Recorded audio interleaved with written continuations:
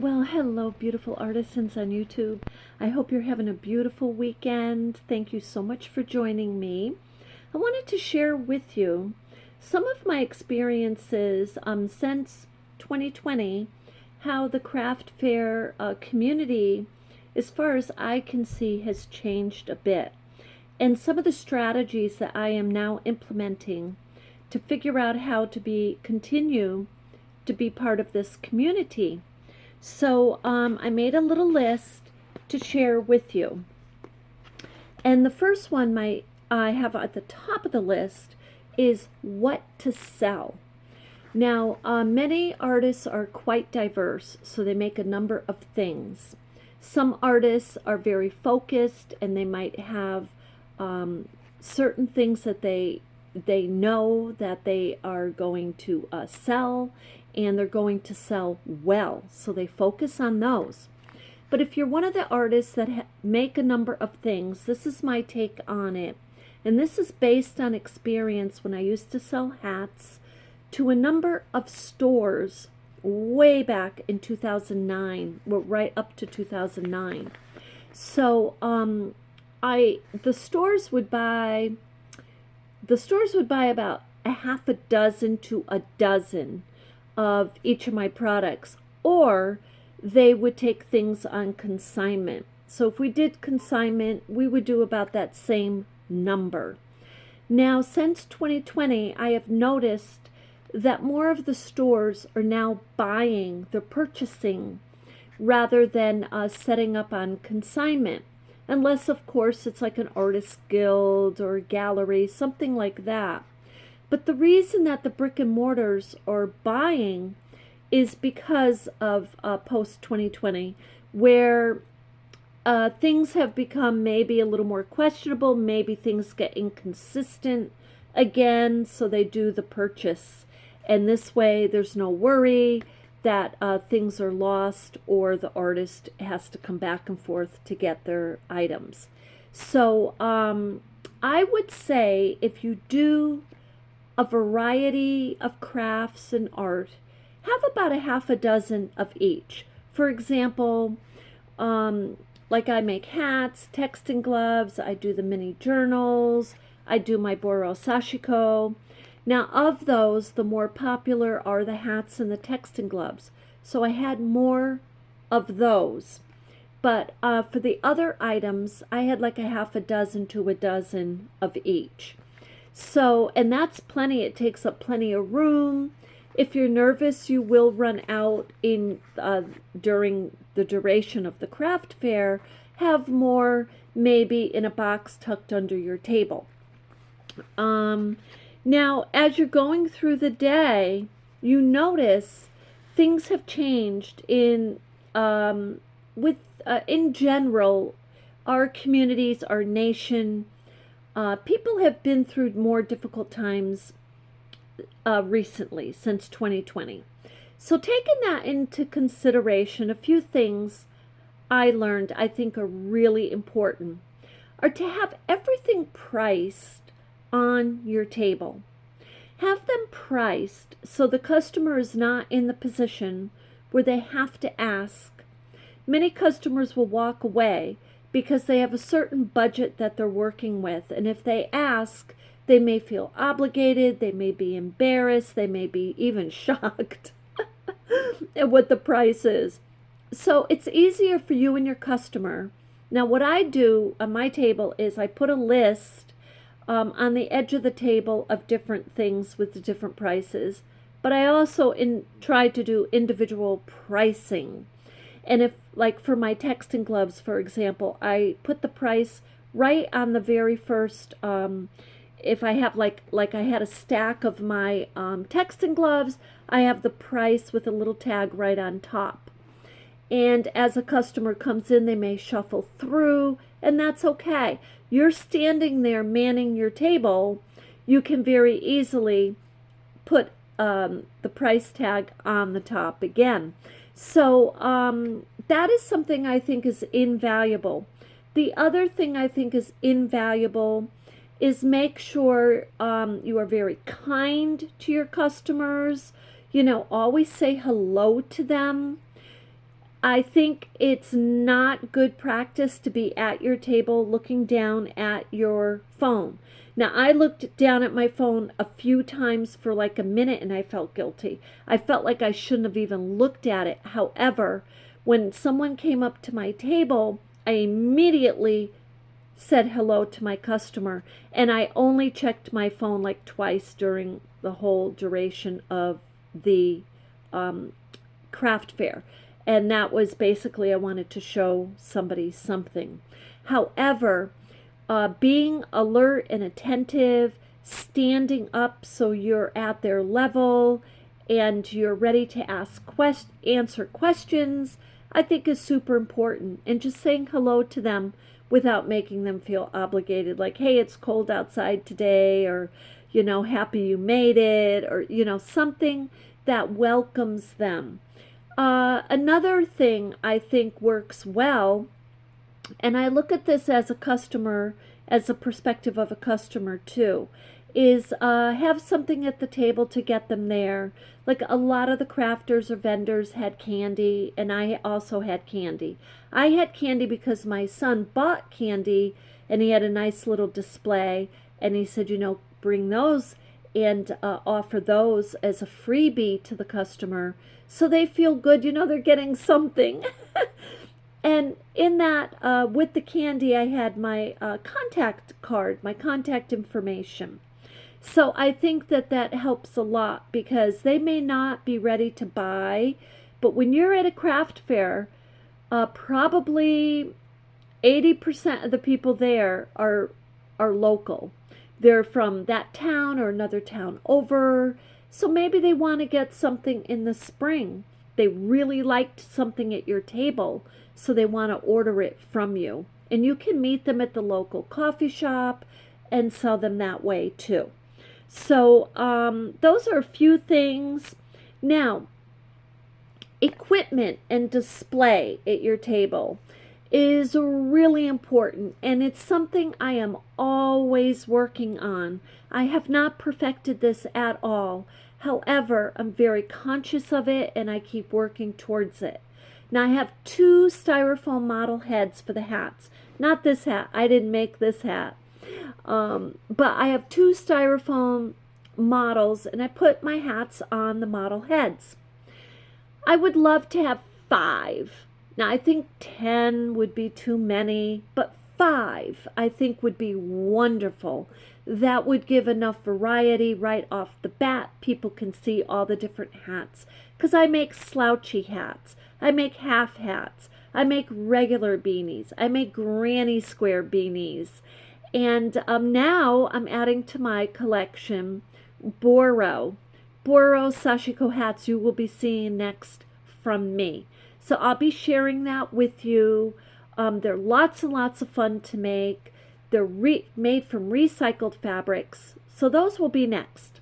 So I will be getting more styrofoam model heads. They cost about $5.99 at Michael's. So probably Hobby Lobby has them. Joann's Fabric might have them. So equipment and display.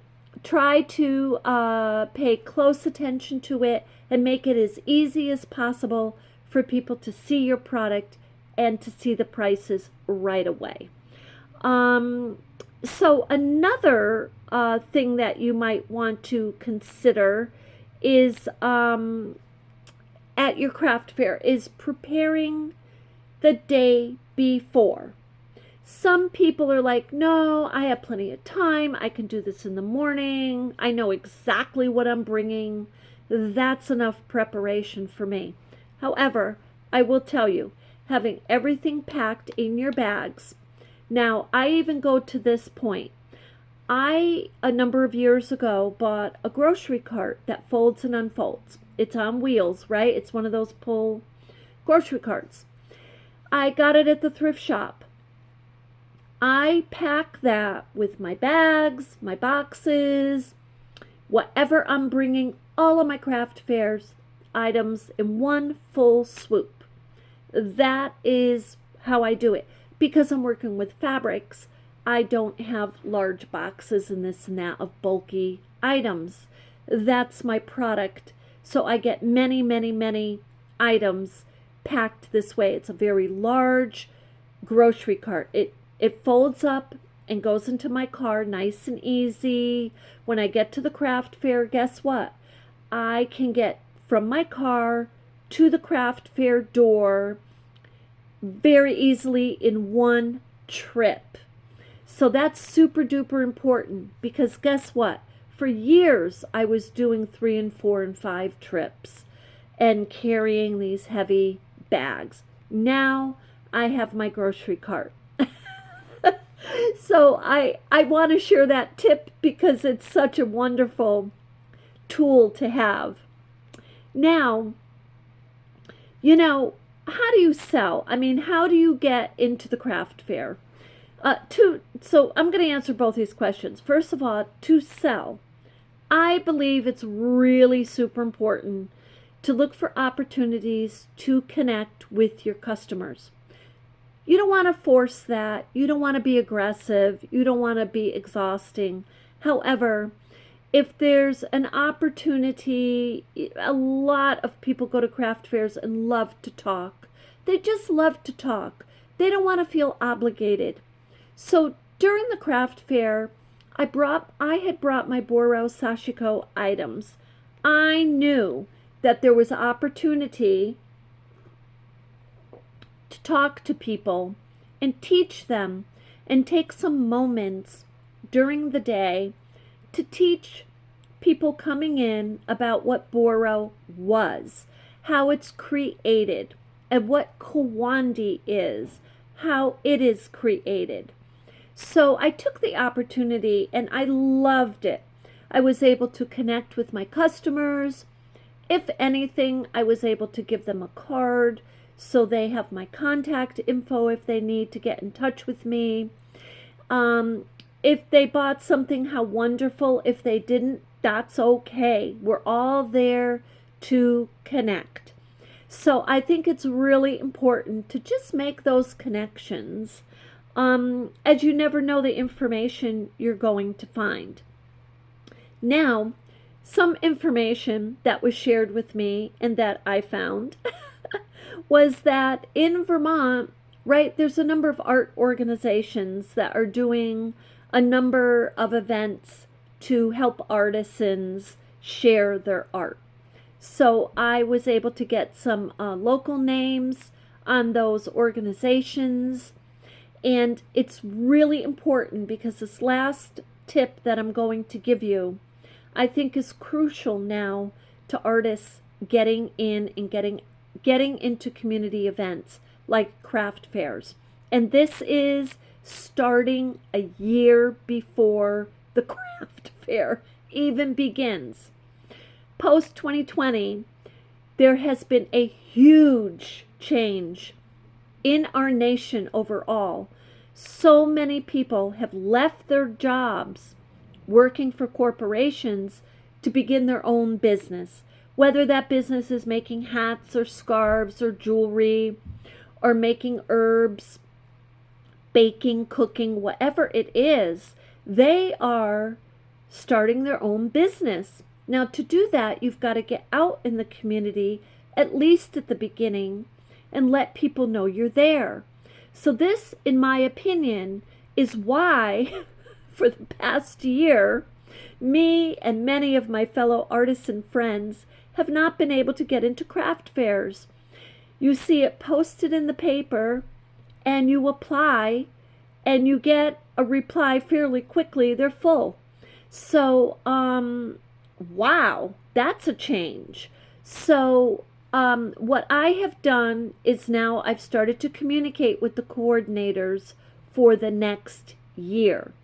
You find out from them, what's the earliest time I can get in?